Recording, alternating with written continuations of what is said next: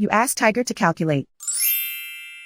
This deals with linear inequalities with one unknown. The final result is z equal or greater than 4.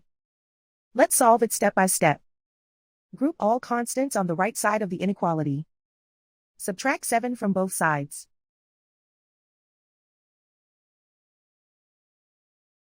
Group like terms.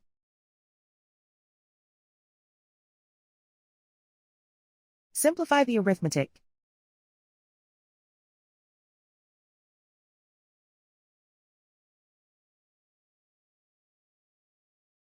Convert the z into a positive number. Multiply both sides by -1. Whenever you multiply or divide by a negative, reverse the inequality sign.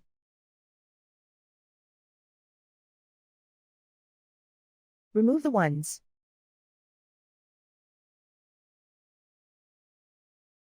Simplify the arithmetic.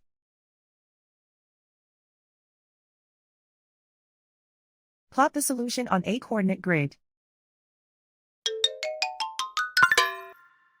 And so the final result is z equal or greater than 4.